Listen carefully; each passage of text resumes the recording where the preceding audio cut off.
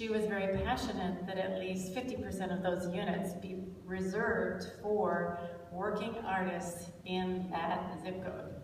So that meant that, or in that community, New York is divided into community boards, and it was community board 11, so they had to be a resident of community board 11.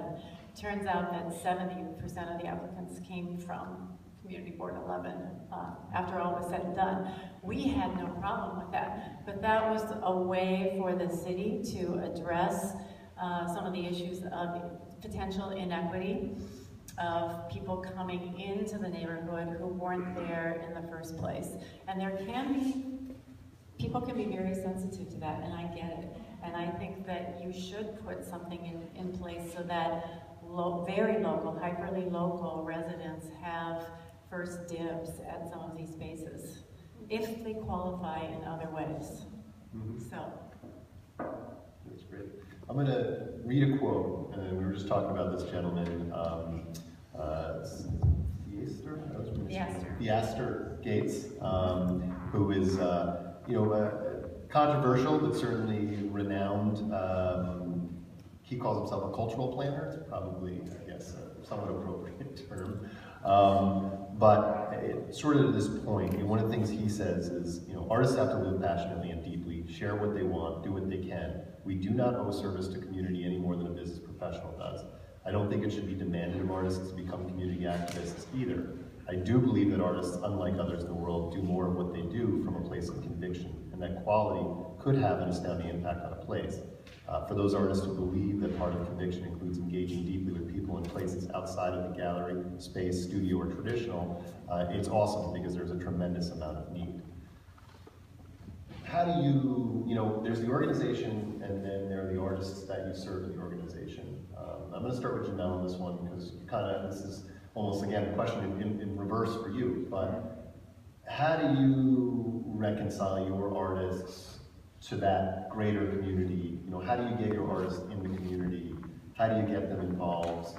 Can you require that? And is that hurting or helping your mission? Okay, I'll speak for myself for, I guess, the first part is I spent many of my formative years in Arbor Hill, so I feel like it's made me who I am, so I feel indebted to kind of give back to that. I have a lot of friends who, I have a friend who went to Harvard from inside of Arbor Hill, and it's like, he just wants to get out of here, but I feel like I have to give something back. It's really tough to have someone care about your community. You can't just put that into them. You can't just make them do that. One of the things that we are doing at the Albany Barn is through our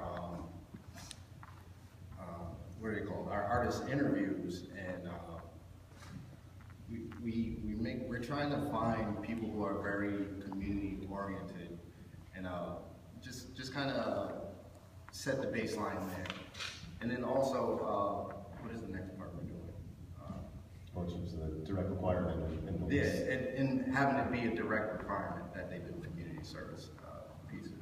But we do have people who are doing programming like the watercolor painting there. We have a program called Lyrical Leaders where we have hip-hop writing sessions with kids, and kids love the space, and they come in there and they paint, they play with actually they come to my office and play with Legos sometimes, but it's tough, but we're getting there. So I'll ask from a programmatic standpoint. This is going to be blasphemous. I think that quote by how do you say it? Gates is bullshit. I think, and I think it takes just a little bit of understanding and research into artists and who they are by nature across the globe and historically, that artists are actually community and social beings by nature. They're political by nature. The fact that they create is meant to communicate. Okay, that's what artists do. They communicate. Right? Sometimes it's very abstract. Sometimes it's very literal. Sometimes it's very political and social. But no matter whatever the case, It's some translation of their experiences that they want to communicate back into the world to help share our commonality and bring us close together. Historically, they've always done that. Some have been more politically engaged than others, but the reality is that artists are social beings. This idea of Henry David Thoreau living in the woods in solitude, I think his mother delivered his lunch, and he was only there for a very short period of time. And then he wrote a book that was all about how culture and society should be better if they were a little more in tune with nature. So I think that concept, that's some highfalutin, to me, elitist bullshit that I don't buy into at all. So just say that. I hope this goes on record because I want him to come after me. Right? That'll make me famous. Because he's really famous right now. Which part is bullshit? The idea that artists don't, he says, I guess where the point of reference here is, his thing is about being obligated to community, I guess, is what that quote is saying. I said, take out the word obligated, being community, and being responsible to community, and to a community, and needing a community is a critical part of artistic practice. It is part of our nature. And I'm including all the people that raise their hands and say they're part of the creative class, which we all are as human beings, by the way, or we would all look the same. We get up every morning and we create ourselves. That's a very cool hat that you have on there. That wasn't, you chose that hat because you're projecting something. You're creating yourself. I say one more thing. You know, one thing I don't teach in the jail anymore, but I used to teach in the juvenile prison, mostly in the maximum security unit. And we'd talk about creativity, and I'd be teaching drawing. I used to teach a class called Existentialist Doodling. So, and I would look at the page, and I would tell them, these are the parameters of this particular thing you're going to make. This is the space that you're responsible for. And then I would translate that to them in terms of their lives. Okay? So what's that space of your life? Birth, death. What are you going to do in between? What are you going to compose? So it is by our nature to be social. It is by our nature to be creative. It's by our nature to compose. Just like the haircut we choose to have, the shoes we choose to buy, they're all an expression. They're a statement. Somehow or another, and again, and I'm not, don't label me. I'm not a socialist, I'm not a communist, I'm nothing. I'm Bert, okay? But some of what I say is influenced by these different ways of thinking, you know? So there's a commonality there and a power, I think, that where it is so untapped in our culture. And capitalism has treated the artists and what they make as strictly as a commodity. The system absorbs the craziest stuff, right? So inherent in this communication that we are all trying to engage in, the issue of bringing the community together is in there. That's what you're trying to say. It's part of that. It's part of that. It's also meant to be a reflection. You know, Mayakovsky is one of the people credited with this quote. I don't know who else. But there's two people credited with the same quote. But the quote is, art is not a mirror to the world, but a hammer with which to shape it. That's who we are as makers. Even when we're doing our humble little watercolor landscapes, Hudson School is world known of painting and communicated to the world about a beautiful place, a meditative place, an inspiration to the world, right? I gotta shut up for a minute.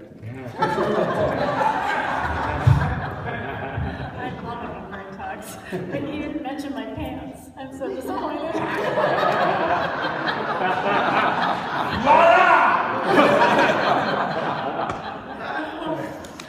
And I have a 3D laser printed ring, if anyone wants to see that later, yeah. It didn't come from Bert's Fab Lab, but he does have a laser printer that could have created this at his Fab Lab.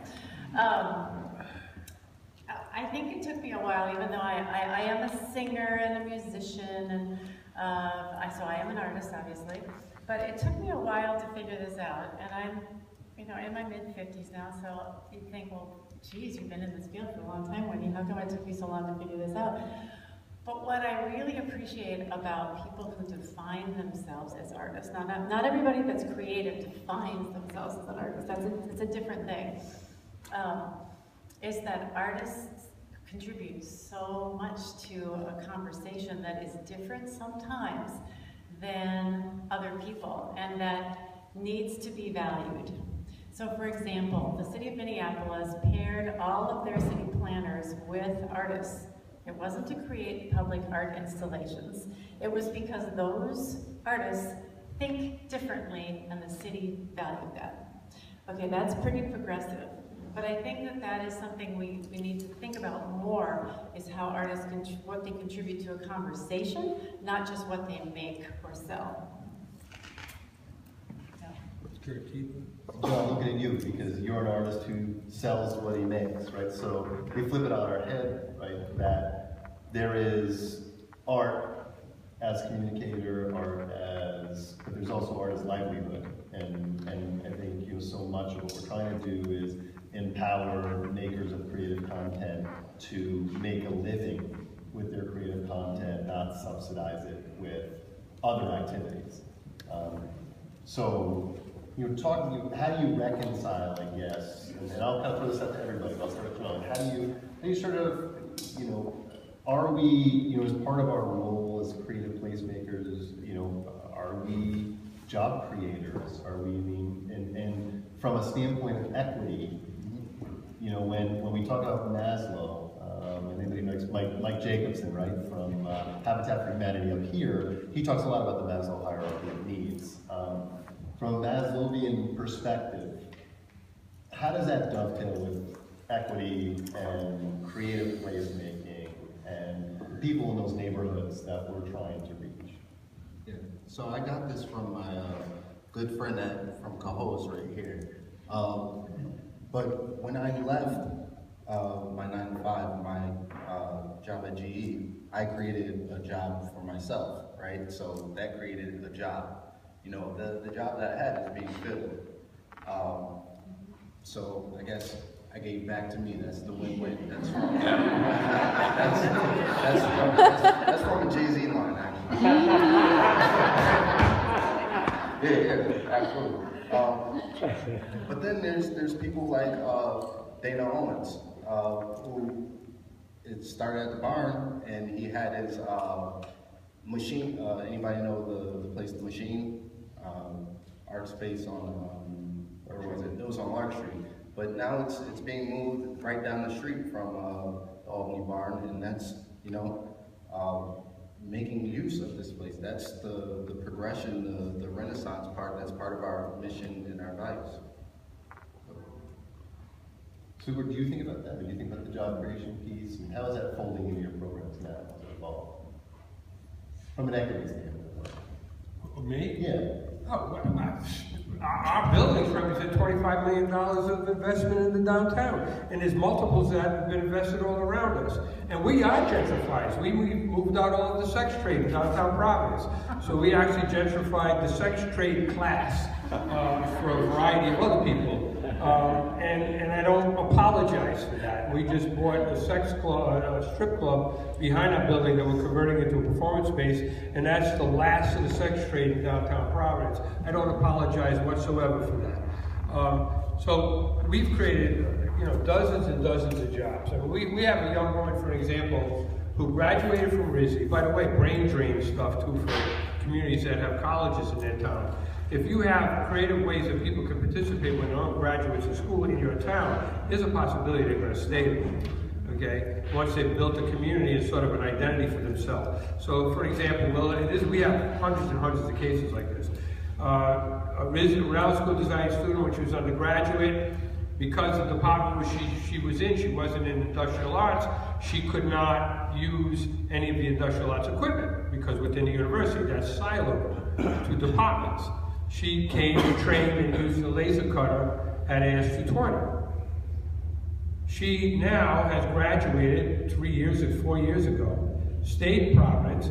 She rents time on blocks of time on the laser cutter. She has a jewelry design business. She cuts up most of her parts on our laser cutter, goes home to her studio, which she couldn't afford.